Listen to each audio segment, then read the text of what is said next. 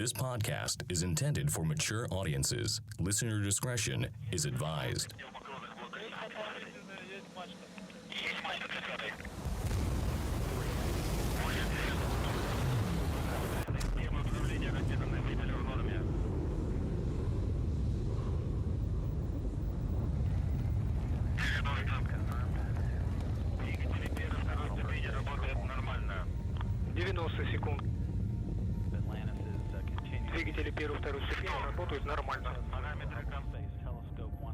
Welcome to the Buran mini-series. Chasing Bandos Podcast would like to introduce you to this bonus content. In the exploring world, they are known as the Urbex's Holy Grail. Somewhere in the middle of the Kazakhstani desert, at the edge of the military base in Baikonur Cosmodrome, where Russia sends their rockets to space, they are sitting there quietly, getting older and older, rusting away, two incredibly huge space shuttles. Let me introduce you to the Buran.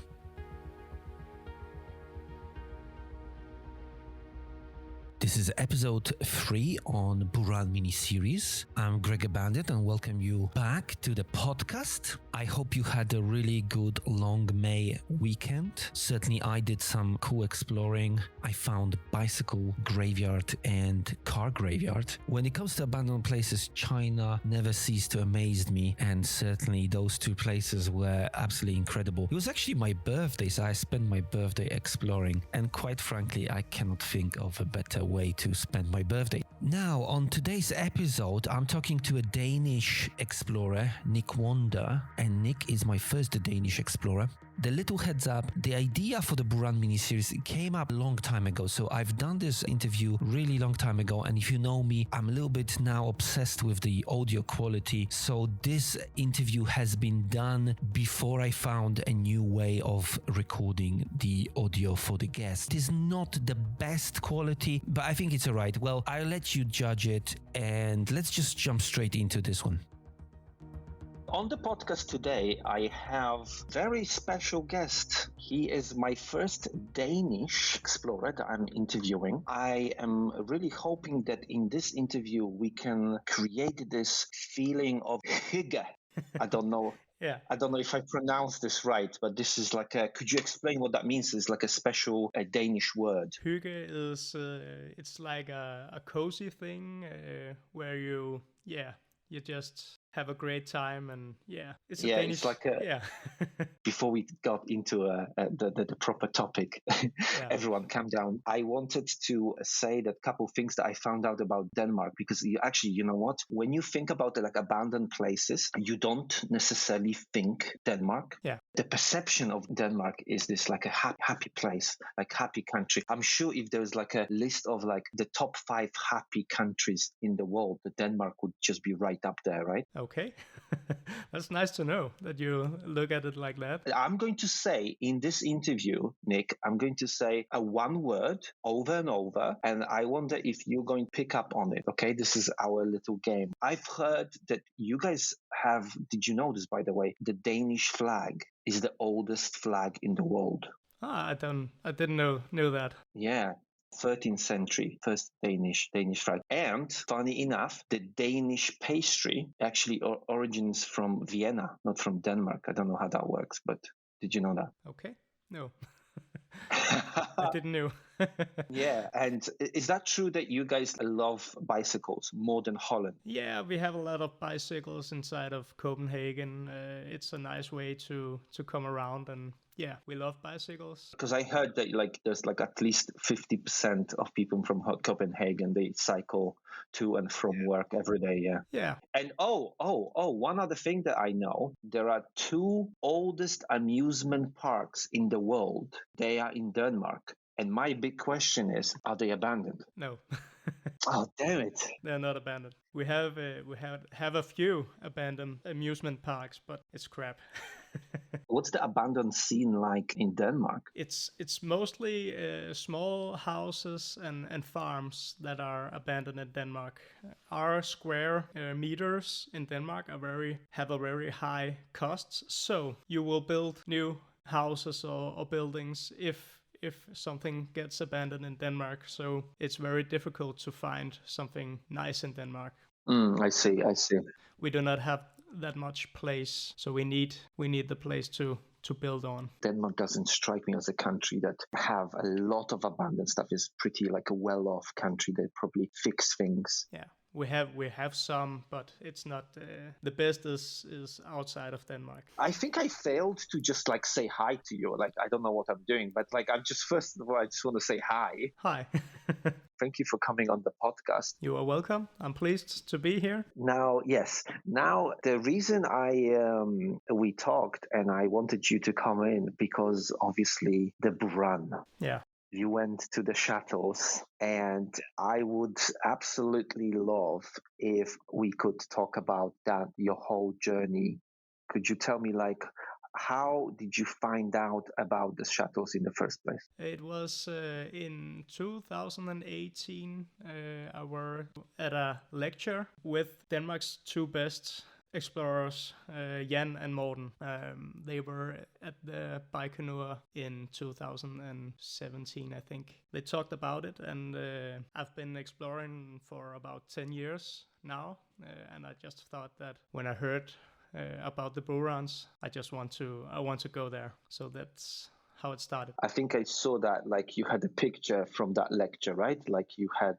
Yeah. I didn't understand what was written down because it was in Danish, but It's Danish. Yeah. Yeah, you saw those guys giving a talk, and then probably that. Yeah.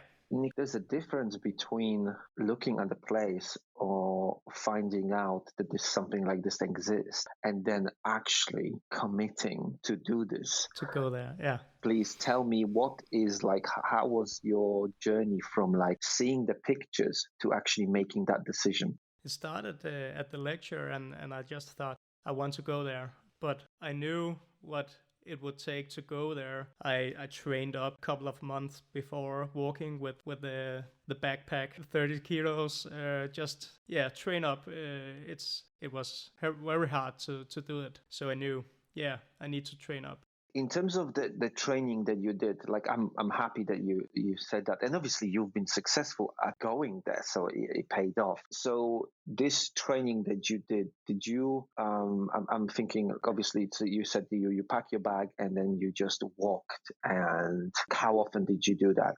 I did. I think every day. In some months, I just walked 5 kilometers and then topped it up to 10 and up to 20 kilometers. So I knew that I could make it. Just try to imagine how it was to go outside the desert. So I just tried to walk in the woods and so to get a little bit of feeling with the underground, how it was to walk on it. Then you finally made the decision to go. Like, did you go alone? Did you go with someone else? I reached up for a very famous explorer, David de Ruda. You know him? Yes. The French guy. Yeah. I asked him if it was possible, and he told me that he were going to the Burans with 2 Americans, and I could come if I wanted. I just took the chance. And did you guys meet up together somewhere in Europe, or did you meet up in Kazakhstan? I met David in Deutschland, Germany, at the airport, and then we flew together to Kazakhstan, where we met with the 2 Americans, Ben and Dom. I'm guessing Frankfurt to Almaty. Yeah. Yeah, and so how did you make your way to Kizilorda? Did you fly from Almaty or did you drive? Did you take a train? How did you get there? We fly. Okay. To Kizilorda. Right. So what was your first impressions when you arrived in that tiny little small, it looked like for me this looked like a 1975 Soviet Russia, like that kind of like a post-communist type of city, sorry. So how was the impression of when you arrived in that small airport? Firstly, yeah. That's spot on. I have the same impressions with that little airport where you stood there and wait for your bags, and then they just handled it over to you personally. Yeah, exactly, right? Yeah, they just put it on the floor, and then you could go search where your bag was. It was very strange, but yeah, it worked. I just kind of wonder if those taxi drivers, like when they see the foreigners, by now, do they know? Are they aware why we go there? I don't know. There are not that many foreigners in Kishilora, so maybe they know that something is up. I don't know. You're now in Kisloda, you take this taxi, and obviously you're probably going somewhere to the hotel. So what happens after that? Yeah, we waited because the way we did it, we got a driver to drive us that far that we could to the Baikonur, and it was scheduled at a time. So we just waited. It was very long. We waited 2 days by going to Baikonur. So we were out exploring the city and how the community is in the country, and it was very nice to see how it was. How did you guys imagine this would work first? So like just walk me through like what was it? Don't tell me like what was the reality, not yet, but what was the plan? Like how you imagined this was gonna work out? The plan was that we got a driver to drive us as far as we could to outside the desert from the main road, and then he would drop us off. I don't know if you saw my video on YouTube. There's a little clip of we are driving outside the desert. Then he should drop us off, and then we were going to hike from there and see how it would go. So that was the plan from start. What was like the thing that surprised you on that desert? It was the underlayer, where we were walking. It was going up and down all the time. On that dirt roads, it was very hard to walk in the little bushes, and so I did not imagine that it would be so hard to go up and down those little pots, or what you can say. Yeah, there was a lot of holes, right? Yeah. And there was this one part when it was already dark, and I think it was long after the Gagarin. Yeah. I fell into one of those holes, and there was like a metal spikes inside it. Yeah. They hit kind of like a side of my body. I just almost like fell on them. Yeah. Like on the side instead of like right at them. Then I kind of just realized this could be super, super dangerous if I just... Yeah. I knew about the spikes because Jan and Morten at the lecture told us about they have discovered the spikes themselves. Obviously, they make them to puncture cars or something that are not allowed to drive up there. So I knew they were there, so I was very afraid to step on them. But the route we did, we never saw them at night. We were hiking at night. Okay, so when you started hiking, what was the time? It was about 11 p.m. Oh, really? Yeah, it needed to be dark. So you started 11 p.m. So like, what was the time you arrived? It must have been like already bright when you guys arrived, right? I think we arrived about 5 a.m. Oh, I see. So you essentially arrived and then you went straight from like walking to exploring. No, we needed to have a sleep. I was so exhausted. We all were exhausted. So we slept. Yeah. Wait. Sorry. I'm really sorry to interrupt you, but like I'm slowly getting there. I'm just kind of building to it. Yeah, it's okay. I don't want us to jump. No, it's okay. Too quickly because I want to talk about the whole journey and desert for now. Yeah. When you were walking through the desert, there are some dirt roads where those jeeps, those like the patrol cars, they will be driving on those. So are you saying that you were not on those, partially on those, you went on the actual desert, right? Yeah. Some of the roads we were hiking at, but the most of it was beside the roads that they're patrolling or driving at. Yeah. And just to clarify, when did you go? It was in May. About 17th of May, I think. Yeah, Yeah. What year are we talking about? 2019. Yeah. Okay, all right. So that's really interesting. When I was planning this, my kind of like the checkpoints, you like set yourself some little checkpoints along the way, right? Yeah. Now, my very first big checkpoint, this silo bunker that's like blown up, right? Or whatever that is. Did you walk up to it?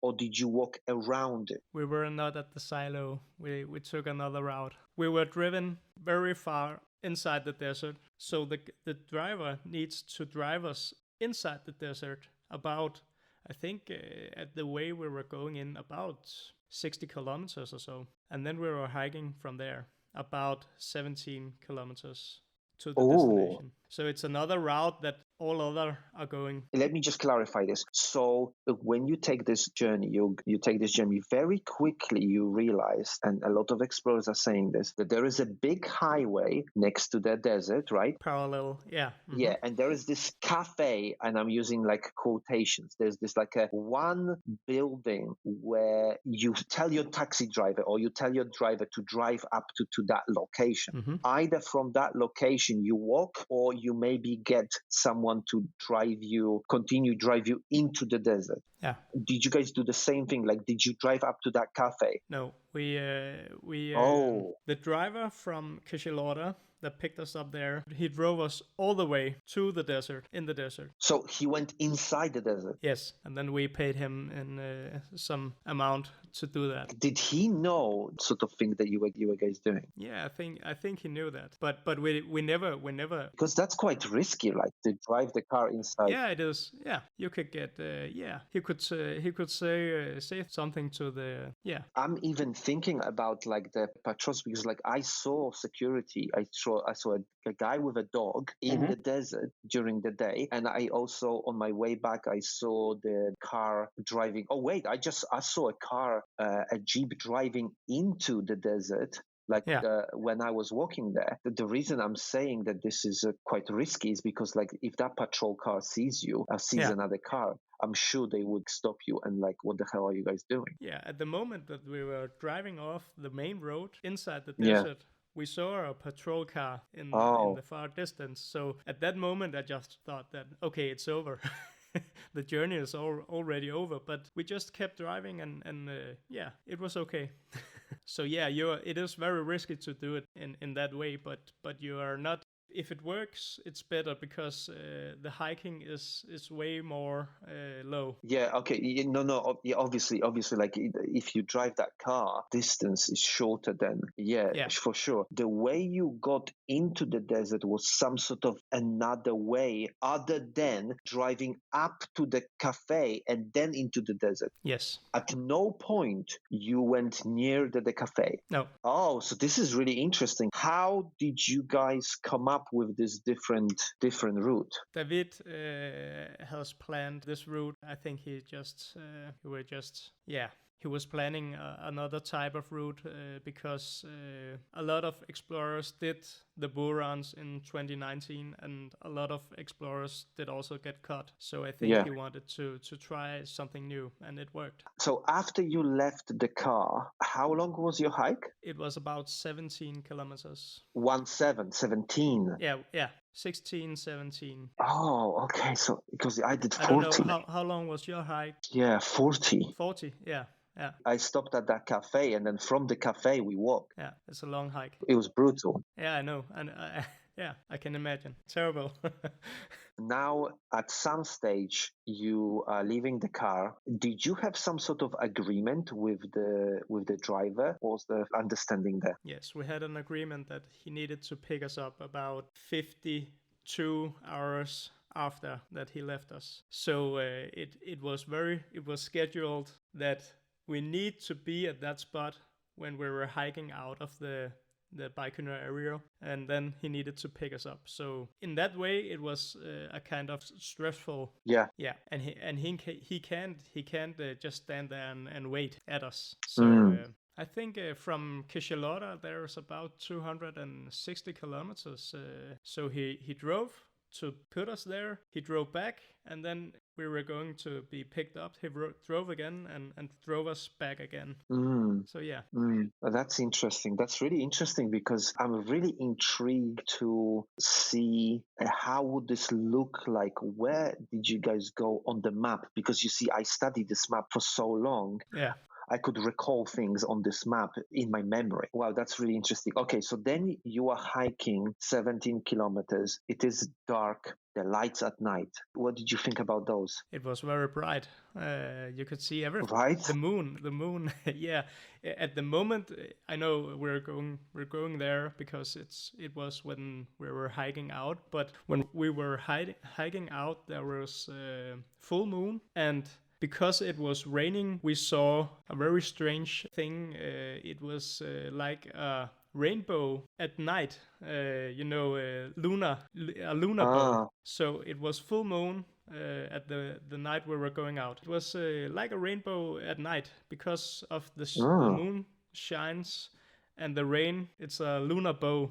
Okay. So you can imagine, because of the full moon, it was very bright at night. The stars.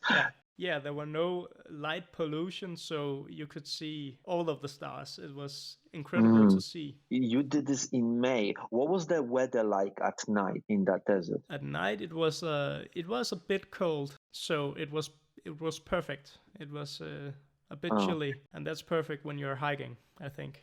Oh, okay. Because you see, I did it in October, and this is one of the things I underestimated. It was really, really cold. Yeah, it must have been very cold at October. Yeah. What was the agreement? Buran first or the rocket? We did the Buran first. And at some stage, you come across a barbed wire fence. Yeah. We come across from the behind of the Buran hangar, and then the silo is on the front. That way. Yeah. Because you see, I am trying to imagine where you went. So you come from behind the Buran, so the silo is like in front of it. So you are from the rear approaching. Yeah. Oh. And that way there was like a ditch and then some barbed wires, but it was not. You could just open the get under them, and it was not that difficult.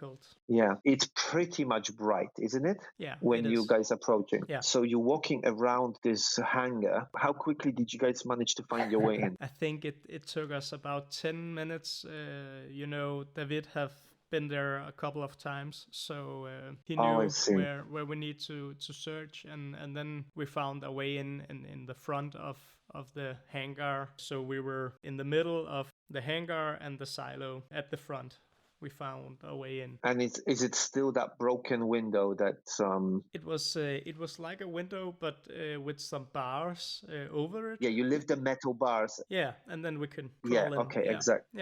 Okay, so now Nick, you just climb through that window, and now you guys are walking inside. Now describe to me that feeling. It wasn't that bright. It was still quite dark inside the hangar. So we just we were walking inside the hangar and just took our flashlights, look at the Burans, and then we needed to find a room to sleep. So we did not explore anything that day when we arrived. I'm not gonna let you off here. What was your feeling when you saw them for the first time? It was mind-blowing. I just think... how in the world can two shuttles just stand there? They were so big so that you cannot imagine it before you see it yourself. It was mind-blowing. You must have been so happy. Yeah. like I saw your impressions on your video on Instagram. I had it was the same as for me. Just like it's the best day of my life feeling. I was in tears when I was there. Yeah. I could not believe that this happened. You know, it was like even right now when I'm speaking of it and remembering that moment, I'm tearing up because it's just like this sense of achievement is incredible. It's the holy grail of exploring. Right.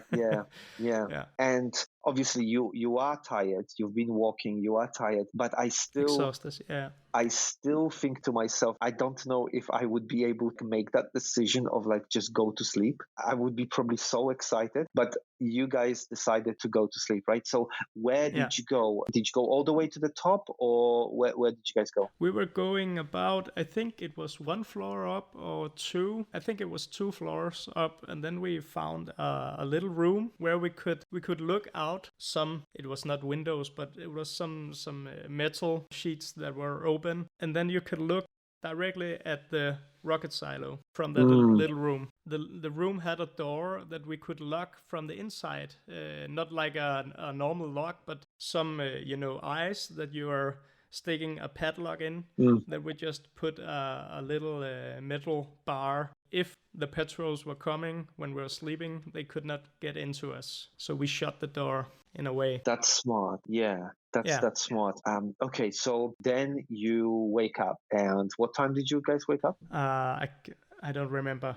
I just think we were getting about 2-3 hours of sleep. Okay. I woke up and I just thought that now I need to explore it, but the other guys were sleeping, so I needed to wait because we were a team and we need to work together, not getting caught. Tell me, what was your understanding of how this is going to be regarding the security and the patrols? What did you guys know? We knew that they were patrolling it quite heavily because a lot of guys were caught there. So we knew that they were very strict, and we need to be careful not getting caught because they were very strict with the patrolling. So did you guys before discuss like how would you guys do this? What would be the plan of? Yeah. So what was the plan? One person were going to look outside the little room that we found, because we have a very great view at the rocket silo, so we could see everything, and we could see some patrolling in the distance about the rocket silo at that moment. So one guy needed to stand there and just look. 3 other guys could explore. If someone come, the guy needed to shout. That were our plan. So then tell me what actually happened. Me and Ben were the first ones to go explore on our own, and then Dom, the other American, he looked from the room, and it went quite well. I got a lot of great photos, and we were discussing about 1 hour of exploring, and then we needed to shift. When I needed to guard from the room and look outside, about half an hour in the other explorers' exploring time, a patrol car drove up front of the building, and I shouted out that they needed to hide because they were going inside the building. At that moment, Ben and Dom were at the nose of the mock-up Buran, and Ben was hiding at a platform. He just laid flat down on the platform up at the same height as the Buran nose, and Dom was inside the nose of the Buran. David, he ran up at me, and then we were hiding inside our little safe room. At that moment, there was a guard, going inside the middle of the hangar, and then he just stood there and listened for about 3.5 hours. 3.5 hours? Yeah. At that moment, I just thought, oh shit, we're going to get caught. But he was just standing in the middle of the hangar and just stood there and listened. And I was very afraid of Ben and Dom. They didn't know what happened. We just told them, you need to hide. We will come back when you can go outside of the spot that you're hiking. Wait. So this guy is standing there, but you two are hiding in the room, right? Yeah. At some stage, did you like come out and see if he's still there? Yeah, he's in about, I think 3 times we were going out to look if he were standing there. And he was about 3.5 hours. He was just standing there, listen inside of the hangar. And he had a machine gun at the side, and I think it was very, not terrifying, but just thought, okay, we're getting Wow. cut now. You see, the thing is, like, when I hear those stories, I am just thinking to myself, bloody hell, Greg, you were so lucky. Yeah. Literally, there was no one went inside when I was there. Okay, so did you like take your shoes off when you went to see if the guy was still there, or like? Not at the Buran hangar. Not at that moment. We were about, I think, 2 floors up. So we were just taking it easy and look out if he was still there. That's also quite risky that you just 2 floors up above this guy. When you moved, you must have seen him pretty clearly. And obviously he is looking for any sort of sound, because like the sound in that place. There's a lot of sounds. Yeah. Yes, you can hear everything. Yeah.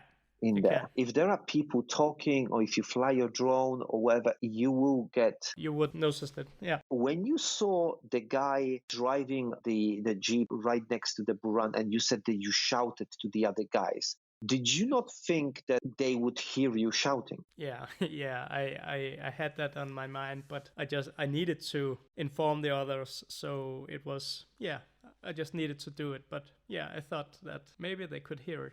But they were still. It was when I saw the Jeep in the distance going towards the hangar, I just thought that I need to inform the others. So it was. They were still inside the Jeep driving. Oh, I see. Oh, so they were still driving when you said that? Yeah. Oh, okay. This is quite important to find a spot where you can see that area where they can drive, right? Wow, that's it, because I'm just thinking to myself about all the nerves that you guys must have been going through, because I was a nervous wreck and like nothing happened. Yeah. But you guys came super close, and the guy stayed there for, you say, 3.5 hours. Yeah. That's insane. Yeah, it is. Was he like playing his phone, like playing some games? No. Or like what was he doing? Was 3.5 hours? I did not look. We did not look at the guy meditating. Yeah, but he was just standing there, and I think he was just listen to all of the sounds inside the building. And I know why the guy were standing there. We will come up to that later. Yeah, go on. Yeah. Tell me. I want to know. We decided to leave the hangar about night to go to the silos. But before we were leaving the hangar, we needed to go inside the Burans. We picked the one in the behind because it's the one that is the real one. I would say the one that is almost finished. So we climbed up inside it and explored it. I did not get that many pictures from the inside. Yeah, it is what it is. At the time we were inside, every one of us were inside the Buran shuttle. David was sitting at the latch on the side of it and listened out to hear if he could hear something. And he thought that he heard something. So inside the Buran, we needed to stay very silent and just sit there and wait. I just think it was something that he heard. I don't think it was a patrol. But when we were finished at the Buran, we were going up, take our bags and need to get out of the hangar. We wanted to go out of the hole that we were going into the hangar at, but at the moment we were going out, they had welded a metal sheet at the entrance that we were getting in at. Really? Yeah, at that 3.5 hour, he was standing there. Some of the other guys were working to close that hole that we were getting inside of. Oh, shit. So I think that's why he just stood there and listened if there were someone inside of the hangar. So the entrance that we were getting in at, it was closed when we needed to get out of the hangar, and that was stressful. Oh my god! Wow. Yeah. First of all, like, how did that guy left? What sort of exit did he take? And then how did you guys leave? I think they have an entrance and an exit that they just have a padlock on in front of the hangar that they can get inside the hangar with. But we needed to find another exit now because it was shut. So you were literally locked inside we were the Buran. Yeah. Oh wow. Yeah. Okay, so what did you guys do? We search at the base in the basement. We search, and we have heard about someone getting inside of the basement. There were some glass bricks about, I think, 2 meters up, and then you could crawl out of a window or something. So we did that. One of us were crawling up, and we were handle over the bags to that guy, and it was terrible to get out of there, but yeah, we did it. Oh wow. I'm just thinking to myself, when you said that you went inside the Buran, that was the one at the back. Yeah. I didn't. Okay. I went to the one at the front. Okay. And this is the reason I would consider going back. Yeah. But bloody hell, now the entrance has been sealed as well. You were there in was it in 18 or 19 October? I think it was 18. Okay. Yeah, Okay. October 18. Yeah. Okay. Yeah. That's why. Wow. There still would be possibly the entrance. Your exit would be that entrance. Maybe if they did not shut it after we were leaving. Maybe. I don't know. I heard some guys talking about some, zip ties that they use to see if someone breaks the zip ties. They can see from the outside that there are people inside the Buran hangar. So they check those zip ties. Yeah. That's the latest thing I heard about. Yeah. You know what I'm thinking to myself, Nick, is when we think about this mission, we obviously are thinking of the two things. We're thinking of the Buran shuttles and we're thinking of the rocket. Yeah. But there are other buildings there. Yeah. I have think about it afterwards. Yeah. Yeah. There could potentially be some nice stuff from that time. Yeah. Have you, this is probably silly questions, but have you noticed that between Buran Shuttle's hangar and the America, the rocket hangar, between there is a building where there's a smaller hangar, but it's still pretty massive building. Yeah. What's inside of that? What's inside of that one? Yeah, I have that on my thoughts too. Yeah, it would be amazing to be able to have more than 2 days. Yeah, a couple more days to actually go and explore this and seek around the other buildings. Yeah. Yeah, it is obviously super, super dangerous. Okay, so you got yourself out of Buran, being trapped in Buran. That's hilarious and terrifying at the same time. Yeah. And then what time of a day are we talking about? I'm thinking this is night, yeah? Yeah, I think it was about 1 p.m. We were going from the Buran hangar to the rocket silo. 1 p.m., you mean daytime? No, sorry. It must be a.m. Yeah. Yeah. Okay. Yeah. You just scared me again. No. Right. No. So at nighttime. At night. Yeah. We were leaving at night. When you sit in that Buran building and you look outside and you see the rocket building, you think to yourself oh, it's just there. Yeah. But actually, it's 600 meters. It's about 600 meters. Yeah. I thought it was close kilometer actually. Yeah, maybe. Yeah. I guess depends what route you take. And then you go to that building. The way we got over to the rocket silo, Ben and Dom, the two Americans, they were waiting because after that we saw that they had shut our entrance. We just thought, okay, it will never happen. Maybe they had shut the rocket silo totally. So we decided to go, me and David were going without our bags to the rocket silo to check if there was an entrance. And then we were walking back to the two Americans and take our bags on. And then we were hiking to the silo again to get in. Oh. It was quite tricky because at the entrance of the silo, you needed to take some fence out. And then you could crawl inside a window, and then you go inside the building, and then you need to open some doors to get inside of the rocket silo in the middle of it. But those doors, there were 3 doors. They were shut with some electrical wire that you needed to open just inside some holes, when you put a padlock in. They could just put a padlock, and then the building would be closed. But you needed to open those wires, and then then you need to get in. But when you open those 3 doors, the patrols can see that you have opened them, because you cannot put it on when the door is locked or closed. Yeah. So we decided to get inside to see if we could get in through the rocket. And then one of us, David, he were going out of the doors, closing those wires again, so they could not imagine that we were inside. And then he crawled up about, I think it was about 5 meters up at the building, and crawl inside a window. So we were meeting him inside of the building, and then we had closed the doors behind of us.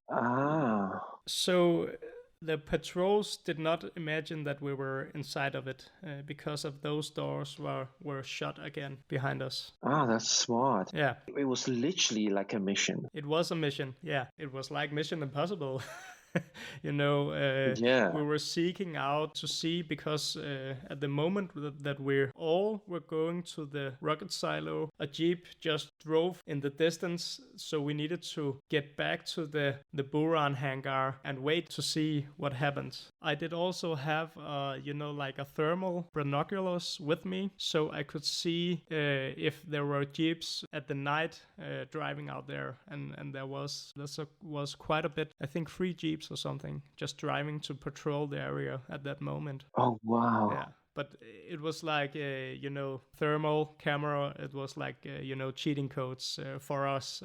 But it was very good to have that thermal camera. It saved us, I think. That moment when you found out that your entrance has just been sealed, what was the reaction between the guys and yourself? Honestly, I were in the moment. At that moment, I were just thinking about, okay, the rocket silo, I don't need to see it. Because we were just... Oh, really? Yeah, I was very close to say, okay, I give up. Let's just hike back and wait for our driver. We decided to, let's just do it. When we found out that it was possible to get inside the rocket silo, and that was why we were going out two persons to see if it was possible to get inside. Yeah, kudos to you, to all of you guys that you've done it. Okay, so what happened? Did you guys have any problems when you were hiking back? When we needed to leave it was scheduled. We had a deadline, so we were just looking at the clock and say, okay, we need to go now. It needs to be now, so we can make out in time for the driver. But at the moment that we were going to leave the hangar, we were about 11 floors up. That were our hiking place, was about 11 floors up inside the rocket silo. So there's a lot of stairs you need to go down out of the silo. But at the moment that we were going to leave, I were searching with my thermal camera outside of the broken windows, and we were expecting there were 6 jeeps in the desert just driving around and search the area. So it was very stressful to get outside of that silo. We were locked inside the silo because of the 3 doors that were locked with electrical wire. So David needed to get outside of the window around the silo and open those wires for us to get out of the silo. At the moment he were at the entrance, our entrance at the silo, where you need to pull the fence out. The patrols had placed 3 different rock at the fence, so if you remove the fence, the rocks will fall down, and then they can see if someone is inside of the silo. That's another trick for them. At the moment we were there, they had placed those rocks in a sort of order. They were not at the same size, those rocks. So at that moment we just thought, okay, they are very strict about these patrollings. Wow. Yeah, but we got out and we were just seeking and it was, I think at the moment that we were hiking out, the mission wasn't finished.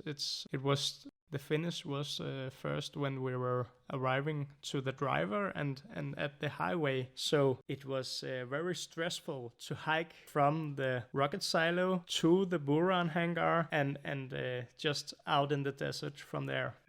Sometimes we needed to lay down because some patrolling were in the distance. I think we were lucky at that moment we were hiking out. Yeah.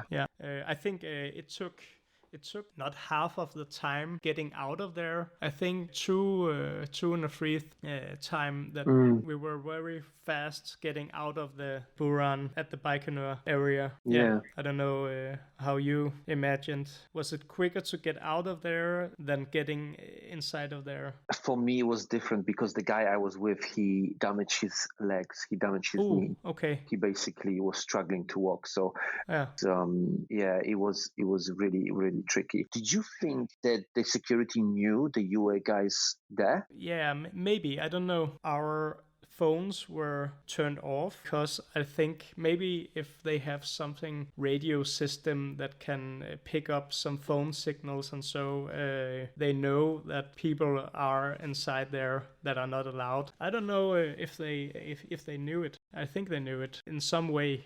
If they knew it, I just think they were searching the place better than they did. I think they searched it very good, but I don't know. Yeah. You did not imagine all of the patrols when you were hiking out of there. Yeah, I mean, first thing that I would say is I did not imagine amount of security that was there. Even in the desert, saw a guard with a dog. Okay.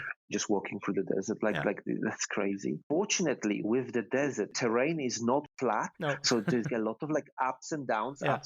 So if there is a bit of a dip, you can actually just lie down there and be out of sight. Yeah, we did that also. Yeah. Yeah, I couldn't believe how bright the lights carry from the base. It felt like it's so active, it's so alive. Yeah. And again, the jeeps and the security, it's crazy, absolutely crazy. Would you go back? At the moment we were out of the place, I just thought that I will never do this again. I had that feeling. Okay, enough is enough. But yeah, I think today I'm stupid enough to do it again.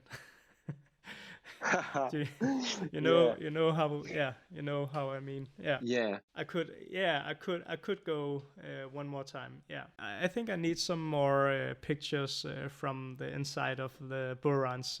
So yeah.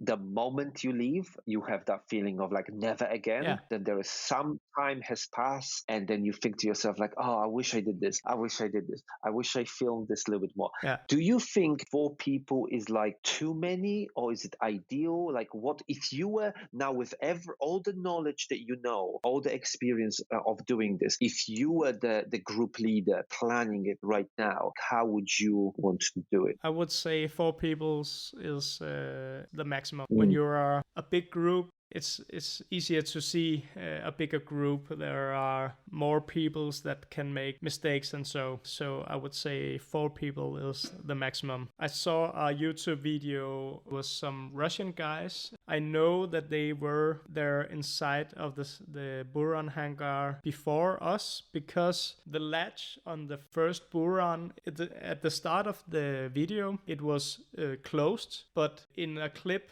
afterwards the latch was opened and put at the nose of the Buran, and at that moment we were there, the latch was put on the nose. It was open. So I know that they were there before us, and it was those that opened the latch and put it on the nose. Those guys were caught by the patrols. You could see that in the movie. I have searched YouTube through all of the Buran videos I have seen on YouTube. Yeah. Yeah. You must have seen my video too, yeah. Yeah, but I saw it after we were at the place. So I thought that you were there after us, but you were before us. Yeah. Yeah. I'm just thinking to myself now.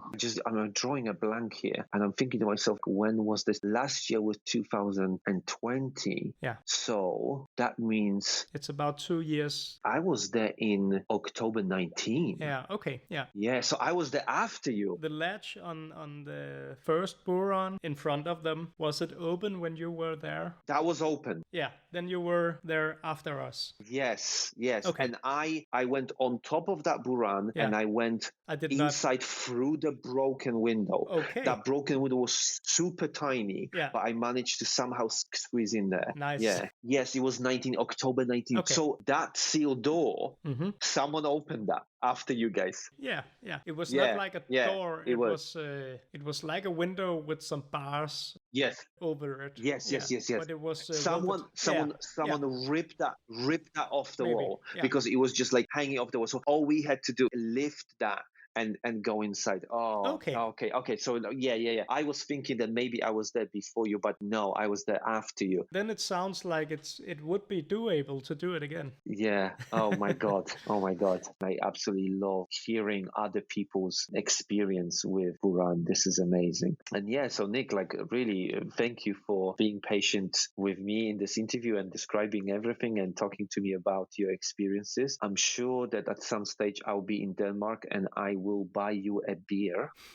Thanks. I was trying to say the word please many times, but I just sometimes got too excited and I didn't say it as many times as I wanted. The reason I wanted to say please all the time is because I found out that in Denmark you guys do not have the word please. Is that true? Yeah, it's true. Yeah. How is that even possible? I don't know. The word please does not exist. I think the people that are using it just say please, like in English. Yeah, it's more. It's like I beg you or something. Yeah, maybe. Yeah. Oh, so like if you go to a shop and then you just like say like I want this. There's not like I just can't imagine like not having a word please. Yeah. I just think we have a word, but it's not the same. Anyway, thank you for staying around. You are welcome. Sorry for my not that fluent English, but I hope you can use it anyway. The Chasing Bandos podcast is inclusive for all the explorers from around the world. Yeah. And therefore, we welcome any explorers from any country. That was absolutely fine, Nick. I love talking to you. So yeah, there's a couple things in this interview. First, I totally failed at saying please. When I found out that Denmark doesn't have the word please, I was thinking to myself that every question I'm going to ask, I'm going to finish with please. But then during the interview, I just completely forgot about that, I guess. And so yeah, totally failed on that front. When it comes to David Deruda, yeah, we talked, and David doesn't really want to come on the podcast, unfortunately. So maybe, David, if you're listening to this, you want to change your mind and talk about your experiences. It's not the first time you've done the Buran, so it'd be amazing to hear your story and your take on it. But anyway, it's up to you, mate. My offer of the beer still stands. Coming back to Nick, I absolutely love the guy. Such a genuine person, amazing explorer. His story and what those guys went to being locked inside, all I can think of is the stress level that I had. So what they must have been going through being there. Oh wow, it's just incredible stuff. Okay, so this was episode 3. I hope you guys are enjoying the Buran mini-series. There will be more explorers soon coming on the podcast telling us their experiences with this excruciating journey through Kazakhstani steppes. If you're enjoying the podcast, please consider giving us a 5-star review and recommend us to your fellow explorers. Okay, guys, so check out the website, Chasing Bandos Podcast. We also started a North Korean mini-series, so if you're interested in North Korea, this would be an interesting topic for you to dive into. This was Chasing Bandos Podcast. I'm your host, Greg Abandoned, and I'm signing off.